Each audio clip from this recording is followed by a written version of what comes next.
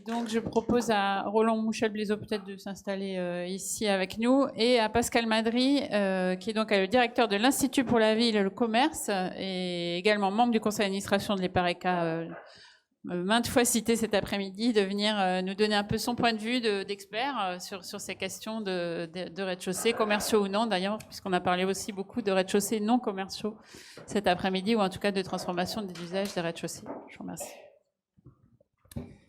Merci de votre invitation. Alors oui, il me revient de conclure, en tout cas peut-être d'essayer de faire l'exercice de la synthèse des propos de cet après-midi. Et puis on m'a quand même demandé de m'exprimer sur quel pourrait être le devenir des rez-de-chaussée commerciaux. Donc je vais bien rester sur le commerce.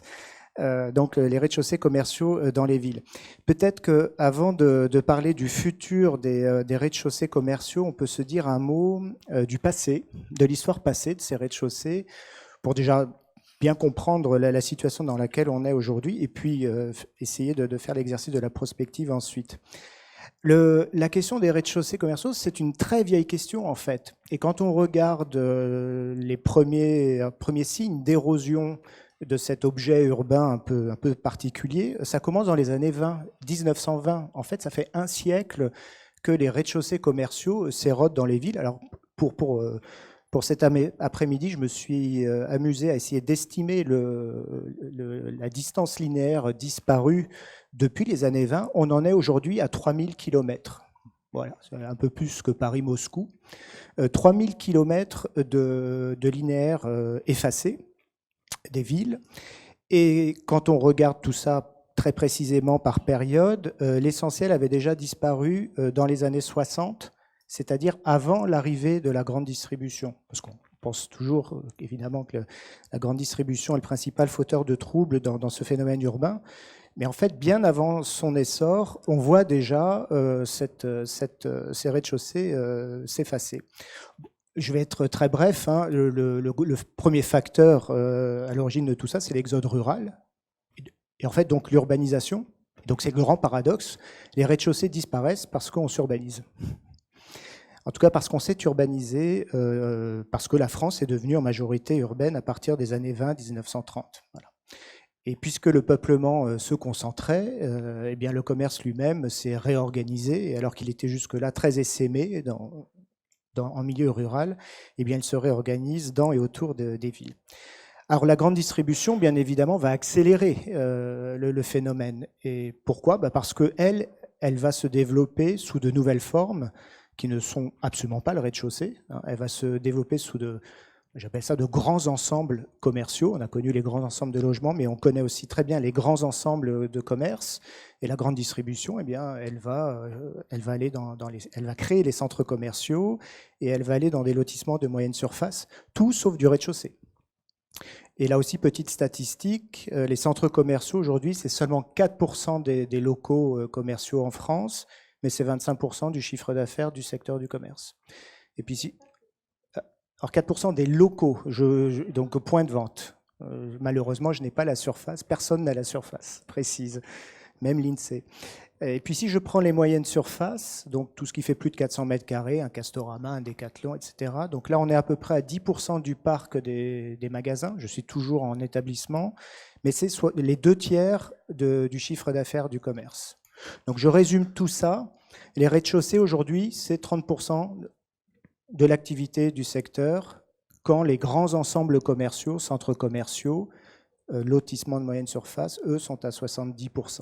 Donc c'est une vieille histoire, et je dirais par ailleurs que nos politiques, nos grandes politiques urbaines des années 50-60 ont tout à fait encouragé cette évolution-là, puisque si vous regardez la politique des UP, la politique des métropoles d'équilibre, la politique des villes moyennes, c'est aujourd'hui, des villes nouvelles, pardon, eh bien à chaque fois, il était question de programmation commerciale, ils sont toujours appuyés sur un centre commercial. Vous allez au centre de Nancy, Saint-Ceb, vous avez un centre commercial.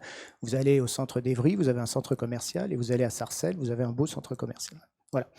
Donc c'est une histoire ancienne et finalement les rez-de-chaussée, c'est une question urbaine qui a été délaissée pendant des décennies et qui réapparaît, qui émerge là récemment comme objet de politique publique vraiment sur le tard, hein, et depuis le milieu des années 2000. Donc je vais très vite, mais les linéaires de protection, c'est 2005, le droit de préemption commerciale, c'est 2007, les CRAC 2014, les ORT 2018. Ça pour l'État. Et puis si on regarde au niveau local, du côté des collectivités, bah, les premières expériences, premières expérimentations dans ce domaine, c'est... j'oublie les PARECA, pardon, les PARECA. Alors c'est pas parce que je suis administrateur de ce noble établissement, mais les PARECA, oui, c'est peu avant 2000, et finalement c'est peut-être l'opérateur pionnier de la reconquête des rez-de-chaussée. Le savoir-faire est là. Je me devais bien de parler en ces termes de l'EPARECA. Côté collectivité, pareil, l'initiative, elle arrive au milieu des années 2000. Alors Vital Quartier à Paris, opération pionnière là aussi, 2004. Les premières pépinières commerciales, on les appelle comme on veut, couveuses, etc. C'est Grasse, Joigny en 2005. Les boutiques à l'essai, plus proche de nous, 2013. Rez-de-Chausson-la-Ville, j'aime bien ce programme. Alors ça, c'est du côté de Pleine Commune, 2017. Et puis les foncières commerce maintenant dans les villes Action Cœur de Ville. J'ai entendu qu'on en serait à peu près à 70 projets de foncières aujourd'hui. On avait perdu le mode d'emploi et depuis le milieu des années 2000, on redécouvre cet objet comme levier des politiques de requalification urbaine. Donc, est-ce que c'est une grande cause d'intérêt national? Je ne sais pas, en tout cas une grande cause d'intérêt public sûrement. Et avant d'essayer de faire la synthèse de ce que l'on a pu entendre cet après-midi en termes d'outils techniques, je voudrais encore partager avec vous 2 réflexions sur, pour le coup, là, sur la prospective et qu'est-ce que l'on peut attendre du commerce dans sa capacité à continuer, autant que faire se peut, à animer nos rez-de-chaussée commerciaux. Et je m'occupe de l'Institut, mais je suis par ailleurs un peu chercheur sur ces questions-là. Et du côté de la recherche urbaine, justement, quand on regarde un petit peu qu'est-ce qu'elle nous dit sur ces questions-là, elle ne peut pas s'empêcher de rapprocher la problématique des rez-de-chaussée à une problématique plus large qui est celle de la dynamique des villes modernes aujourd'hui. Et je vais aller très vite sur ce point-là, mais il y a 2 grands courants aujourd'hui qui se chahutent un petit peu dans la lecture de ces phénomènes. Vous avez un premier courant qui lui a une vision très radioconcentrique des villes, qui oppose les cœurs avec les périphéries, le centre-périphérie. Et par exemple, la rétraction des rez-de-chaussée commerciaux serait le marqueur d'une crise de la centralité, d'une crise des centres-villes, parce que entraînée dans des déséquilibres provoqués par la périphérie. Et finalement, d'ailleurs, le programme Action Cœur de Ville est imprégné aussi de cette approche. Alors vous avez une autre approche qui n'est pas forcément opposée à la première, qui, elle, voit plutôt les choses de manière systémique et qui dit que toutes les villes, quelle que soit leur taille, évoluent en parallèle, qu'il n'y a pas de décrochage, et que dans la grande histoire des villes, Paris a toujours dominé Lyon, Lille, etc., qui ont toujours dominé leur... Donc on garde une même hiérarchie, et tout ça est stable dans le temps. Et puis vous avez dans cette école-là un courant qui dit mais non, il y a maintenant des phénomènes de décrochage, et la crise des villes moyennes en serait un des témoins, comme la décroissance urbaine, etc. Je reviens à mes rez-de-chaussée commerciaux. Donc, je pense que vous avez tous les chiffres de la vacance commerciale dans les cœurs de ville, et on contribue abondamment à produire des données dans ce sens-là. Effectivement, la vacance est très élevée dans les centres-villes. Mais ce que l'on voit maintenant aussi, c'est qu'elle est très élevée dans les périphéries. Et en fait, elle est même plus élevée dans les centres commerciaux, que dans les centres-villes aujourd'hui. Et de ce point de vue-là, on ne peut pas tout à fait conclure à une crise de la centralité, en termes commerciaux en tout cas, puisqu'on voit que le secteur du commerce est fragilisé aussi bien dans les cœurs de ville, dans les rez-de-chaussée, que dans ces grands ensembles commerciaux. C'est un peu moins le cas dans les lotissements de moyenne surface, mais malgré tout, là aussi, les friches commencent à progresser assez rapidement, et ce sera sûrement une prochaine question urbaine à traiter. Donc ça, pour nuancer l'approche crise de la centralité. L'autre question, c'est est-ce que l'on est sur une crise des villes moyennes? Si je reprends la vacance commerciale, en fait, on s'aperçoit qu'elle progresse aussi dans les métropoles. Simplement, elle progresse moins vite. Un tout petit peu moins vite, donc elle est en recul, et quand on regarde les chiffres année par année, on se dit que oui, les métropoles sont résilientes, etc. Pas du tout. À Paris, on est quand même à 10% de vacances aujourd'hui. À Toulon, bon, c'est peut-être pas le bon exemple, on est plutôt à 12, 13, etc. Donc, le commerce, à mon sens, invalide l'idée d'une crise de la centralité et d'une crise des villes moyennes par rapport aux autres métropoles. Je veux dire par là, plus précisément, que la crise des centres-villes moyennes n'est qu'une modalité, qu'une expression de ces rapports un petit peu plus complexes maintenant qui se posent entre ville et commerce. Et donc, attention, vous, à bien vous situer, quand vous faites le diagnostic de votre territoire, attention à bien vous situer. Moi, on a un bel observatoire des villes. On en connaît qui ont à la fois de très beaux centres-villes et de très belles périphéries. La Rochelle, par exemple. Biarritz, bon, ça c'est un peu atypique. On en connaît qui ont des centres-villes et des périphéries complètement en déprise. Je vais stigmatiser personne. Et puis après, vous avez des situations contrastées, des centres-villes en déperdition, des périphéries en très bonne santé. Et alors là, ce cas-là est beaucoup plus rare quand même, des centres-villes qui se portent bien, des périphéries en repli. Donc voilà. Dernier point, je pense que ce regain d'intérêt pour nos rez-de-chaussée, il n'est pas indépendant aussi d'une certaine réaction anxiogène par rapport à ce qui va nous tomber dessus avec Internet. Et là aussi, pour dire les choses très vite, c'est quoi la révolution d'Internet? C'est l'innovation qui, pour la première fois dans l'histoire du commerce, rend la boutique non indispensable. Jusqu'à présent, c'était le point de passage obligé pour un échange d'informations entre un commerçant, un client. C'était le lieu où il y avait un transfert de propriété quand la transaction se réalisait, donc un produit qui passait d'une main à une autre, et puis un flux monétaire en contrepartie. Et la boutique, c'est cette interface fabuleuse qui, depuis 6000 ans à peu près, depuis l'apparition des villes, 7000, permet de médiatiser tout cela en un même lieu et quasiment en un même temps. Et en plus, en créant de l'urbanité, de la sociabilité, c'est quand même un truc fabuleux, quoi. Et ben, Internet vient nous dire que maintenant, vous n'êtes plus obligé de passer par la boutique pour vous renseigner, pour vous faire livrer des produits, pour payer. Et puis, accessoirement, le commerce va arrêter de participer à l'urbanité. Voilà. Et donc, je pense qu'encore une fois, cet intérêt pour les rez-de-chaussée, il est là aussi pour masquer un petit peu cette question existentielle. Est-ce que l'on est sûr que le commerce participera toujours à l'animation de nos rez-de-chaussée demain? Tout dépend des choix qu'on va faire aujourd'hui. Alors, on a des choix à faire entre centre-ville et périphérie, mais je crois qu'on va devoir faire aussi des choix entre centre-ville, périphérie, commerce numérique, et avec des incidences totalement différentes, enfin en tout cas des enjeux qui sont totalement différents que ceux qui sont posés par la vieille controverse centre-périphérie. Et bien oui, peut-être que le commerce sera au rendez-vous au pied des villes, au pied des immeubles des villes, mais encore faut-il qu'on fasse les bons choix, les bons arbitrages, et qui, pour le coup, ne relève pas que de l'urbanisme, puisque le problème avec le numérique, c'est que ça passe plus par l'espace, en tout cas plus l'espace public, mais par les espaces numériques. Voilà. Alors, j'ai 2 minutes encore? Non. Surtout, c'est le forum des solutions, rappelez-vous. Donc là, on va tous se mettre à pleurer. Mais maintenant, qu'est-ce qu'on peut penser de toutes les expériences qui nous ont été présentées cet après-midi, justement, qui ne sont pas que des expériences de réhabiliter du commerce en commerce, mais aussi de transformer du commerce en autre chose. On a vu de l'habitat, ou en tout cas de l'accès à des logements. On a vu de l'artisanat, on a vu de la transformation vers d'autres usages. Qu'est-ce que ça vous inspire finalement par rapport à ce constat Alors, pas forcément très heureux par rapport à la qualité urbaine qu'on essaye de reconstituer dans les centres. Pour mettre en place de bonnes solutions, il faut bien avoir problématisé la question. Alors, c'est une stratégie en fait. C'est une stratégie, et on n'a pas toujours entendu ce terme-là cet après-midi. C'est une stratégie qui commence d'abord par une bonne observation du commerce de son territoire.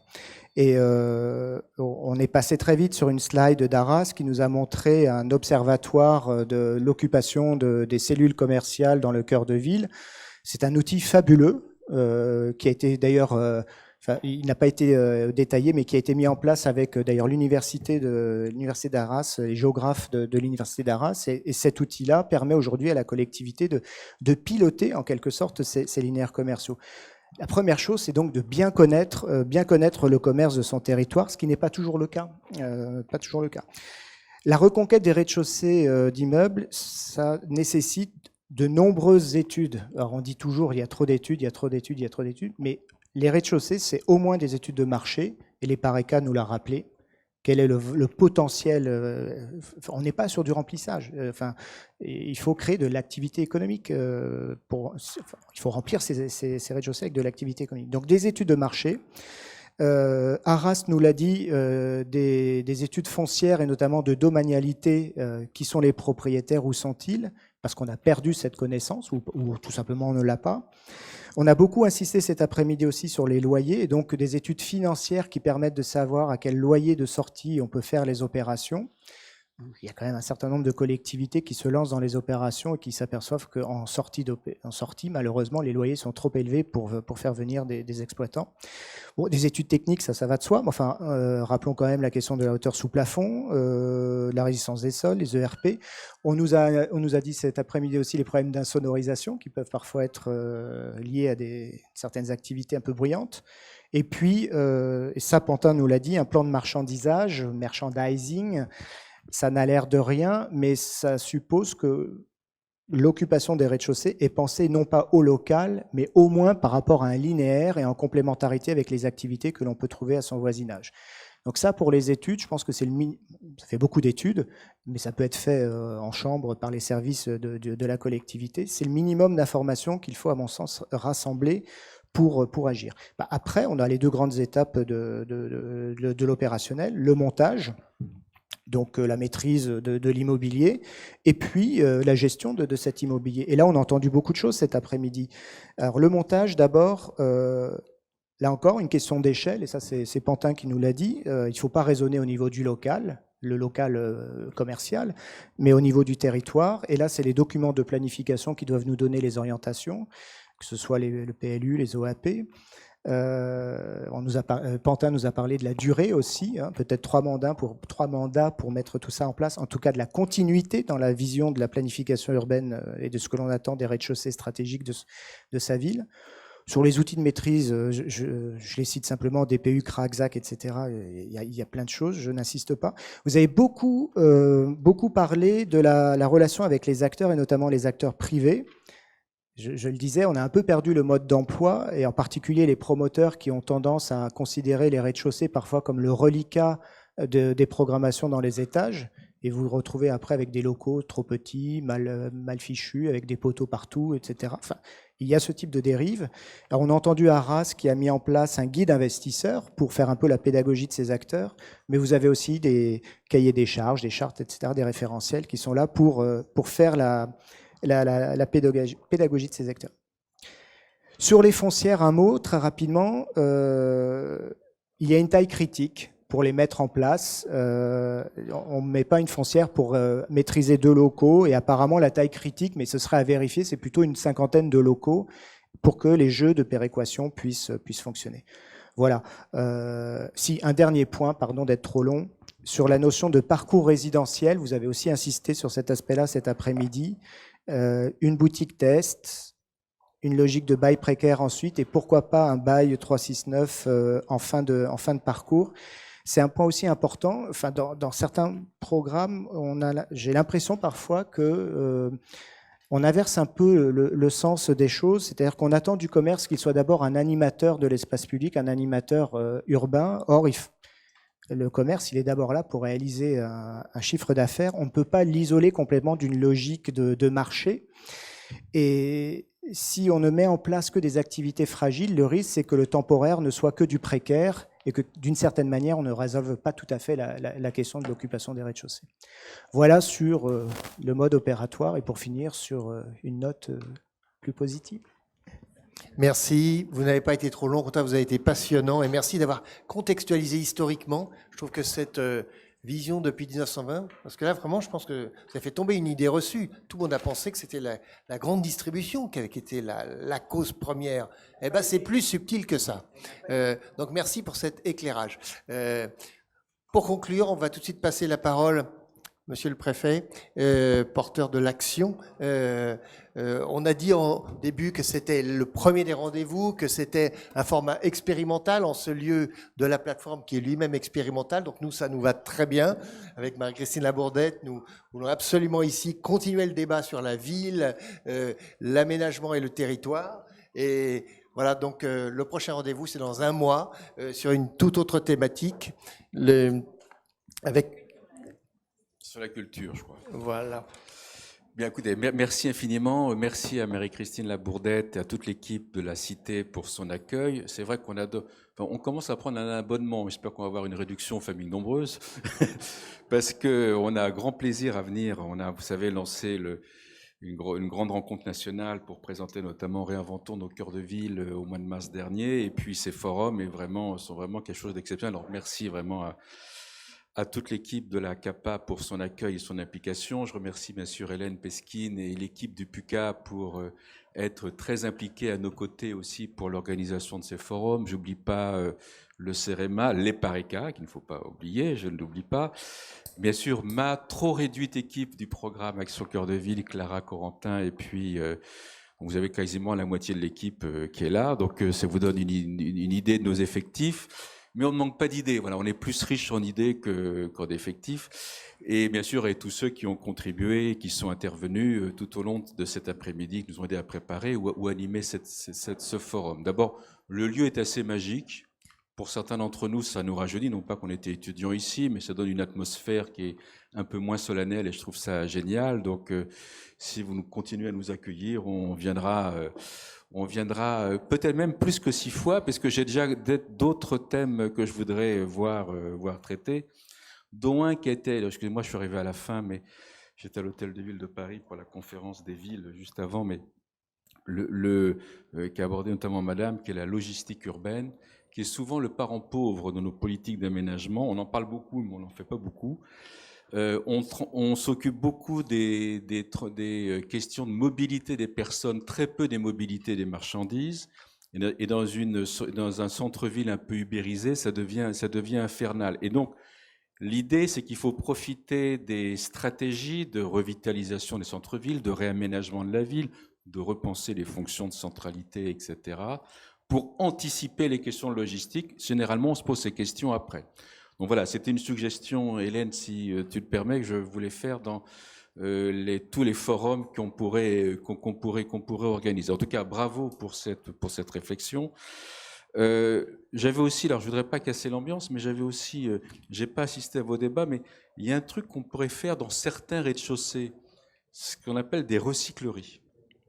Je sais pas si ça a été évoqué, peut-être que c'est... Bon, d'accord, donc je suis pas complètement dehors de la plaque, puisque plutôt que d'avoir dans des beaux centres-villes des poubelles partout où on ne sait pas quoi mettre, je pense que certains locaux pourraient être... Voilà, donc ça se passe, je crois, aux Pays-Bas, d'après ce que j'ai entendu de la part de Citeo. Donc voilà, donc on a plein de choses qui permettent aussi d'intégrer davantage le développement durable, le recyclage, la reconversion, etc. Voilà, c'était juste une petite idée en passant. Avec Réinventons nos cœurs de ville, et d'abord, vous avez tous le catalogue, et je me félicite vraiment de la dynamique qui a été créée, 112 villes retenues, 55 villes lauréates plus précisément, 35 ou 36 appels à projets locaux qui ont été lancés ou qui sont en train d'être lancés pour les derniers. Sincèrement, on nous aurait dit ces chiffres il y a quelques mois, on nous aurait pris pour des martiens, en disant, vous savez, il y a dans certains milieux, que parfois c'est un peu condescendant, dans les villes moyennes, les appels à projets, réinventons nos cœurs de ville, qu'est-ce que ce machin, etc.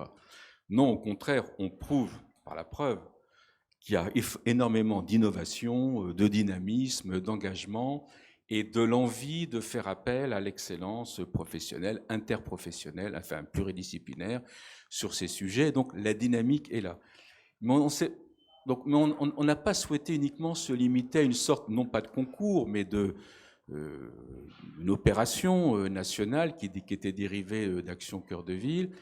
C'est de dire, mais il faut qu'on continue à permettre ces échanges à la fois entre des experts, entre bien sûr des exemples locaux, et puis entre après aussi des conseils opérationnels, parce que s'il y a une chose sur laquelle on n'est absolument pas dans Action Cœur de Ville, c'est le conceptuel assez théorique.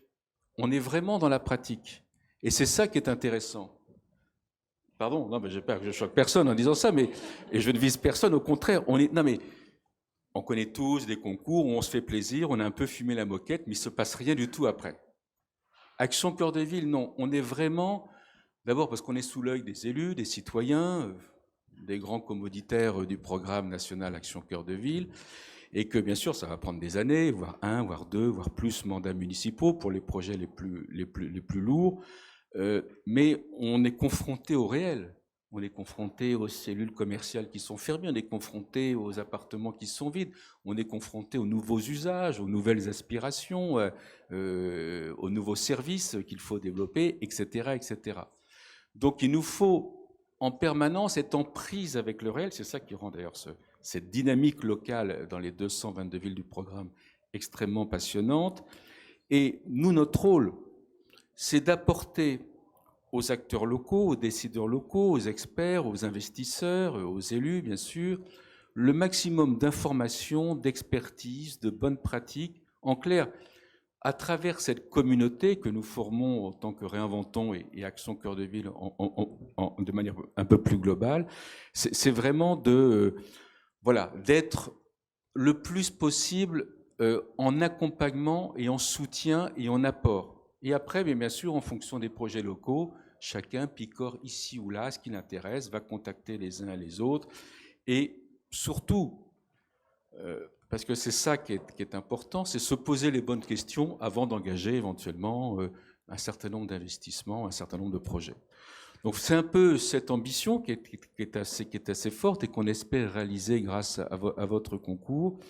Et je dirais que ces forums seront ce que collectivement, avec les 222 villes et puis bien sûr tout le réseau des organismes et des partenaires financiers du programme, nous pourrons faire, c'est-à-dire que, à la limite, vous savez, c'est un peu comme des compétitions où chacun apporte un prix. Voilà, give and take. Voilà, bravo. Je ne voulais pas faire du franglais, mais tu as raison. Donc, c'est un peu, donc ces forums, ce seront où chacun, à la limite, repartira et s'enrichira de ce qu'il aura aussi apporté. Et c'est ça qui est extrêmement intéressant. Donc, c'est capté pour l'éternité, donc on va essayer aussi pour les autres épisodes, d'en avoir une trace, de pouvoir un peu mieux diffuser tout ça. Enfin bref, c'est une logique de réseau et en tout cas, nous sommes très heureux que, au-delà de l'opération Réinventons, nous créons ces forums extrêmement simples, non protocolaires, pour pouvoir échanger très librement. J'en profite juste pour conclure sur... je ne vais pas dire que l'actualité Action Cœur de Ville s'arrête jamais, ce serait prétentieux, mais vous savez, on est un peu comme un cycliste, c'est-à-dire que s'il arrête de pédaler, il va un peu tituber. Et alors, même si pendant quelques mois, on devra être un peu plus en retrait avec la période électorale qui va bientôt s'ouvrir. Mais rien que pour vous donner 2 exemples, la semaine prochaine, le 26 septembre, donc au CNAM, et en présence de plusieurs ministres, dont Jacqueline Gouraud, qui clôturera donc un certain nombre de villes, Action Cœur de Ville, qui ont candidaté, vont être lauréates d'un appel à projet, d'un appel à manifestation d'intérêt que nous avons lancé, CNAM, Conservatoire national des arts et des métiers, et Action Cœur de Ville, pour accueillir des antennes locales du CNAM, puisque l'aspect enseignement supérieur et formation est un des enjeux fondamentaux d'attractivité de nos centres-villes. Donc, on fait une opération qui, je pense, sera très sympathique la semaine prochaine. J'ai signé hier, et on le lance le 23, donc lundi, un partenariat avec Graines de Boss et M6 qui vise à... là encore, vous savez, c'est un réflexe. Vous parliez d'économie et de marché tout à l'heure. Il y a plein de jeunes entrepreneurs dans nos villes dites moyennes, de start-up, d'innovateurs, de chercheurs, etc., etc. Mais on a tendance à voir nos villes sous un prisme parfois un peu déformé et qui ne voient pas tout ce potentiel. Et donc, avec ce partenariat Graines de Boss, il y a déjà une opération nationale qui vise à encourager et à monitorer des jeunes entrepreneurs. Et nous allons proposer aux 222 villes qui le souhaiteront d'accueillir un jury local et qu'il y ait un lauréat par ville Action Cœur de Ville, pour bien montrer que dans les 222 villes, il y a aussi plein de jeunes entrepreneurs dans nos territoires et qui sont extrêmement intéressants pour l'ensemble du développement. Voilà, donc c'était et puis on espère au mois de décembre avoir aussi une grande rencontre sur la mobilité en association avec Ville-de-France. Donc voilà. Donc c'était juste un petit clin d'œil, j'en profite pour les représentants des villes qui sont présentes. Pour vous dire en tout cas qu'on est très attachés bien sûr à la réussite de ces forums. On sera bien sûr très attentif à toutes les suggestions, propositions, aussi bien de thèmes que de formats, que d'organisation que vous voudrez bien nous adresser. Et puis, bien sûr, on l'améliorera au fur et à mesure, mais d'ores et déjà, en tout cas, ces échanges extrêmement libres correspondent un petit peu à ce qu'on souhaite développer en philosophie dans le programme Action Cœur de Ville. Ce sont les acteurs locaux qui ont la main. On échange les bonnes pratiques. On s'épaule un peu tous ensemble pour faire en sorte, parce qu'on est tous un peu dépositaires d'une parcelle d'intérêt général et que tous ensemble, on pourra, à mon avis, faire des choses tout à fait exceptionnelles. Et puis la grande force du programme, c'est que c'est très peu administratif, c'est un peu disruptif. Alors continuons à être comme ça, et je pense que si on peut aider à des prises de conscience, si on peut être un peu précurseur de certaines innovations, si on peut apporter des solutions avec, bien sûr, la distance et le pragmatisme qu'il faut, ben je crois qu'on aura fait collectivement œuvre utile. En tout cas, merci pour votre présence, pour votre participation, et en espérant vous revoir pour les prochains forums. Merci.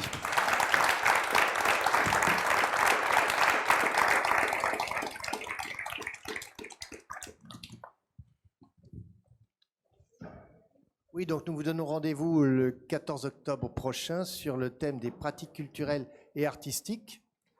Ensuite, vous avez là derrière nous la suite du programme. 14 novembre, inclusif et co-construit, l'habitat innove. Puis en décembre, l'urbanisme transitoire. Puis en janvier, climat, paysage, agriculture, comment partir des ressources du territoire. Et puis en février, quartier culturel créatif, hybrider les programmes. En attendant de parler sûrement de la logistique et des mobilités. On a parlé tout à l'heure du dernier kilomètre, mais voilà, tout se tient. Merci à tous.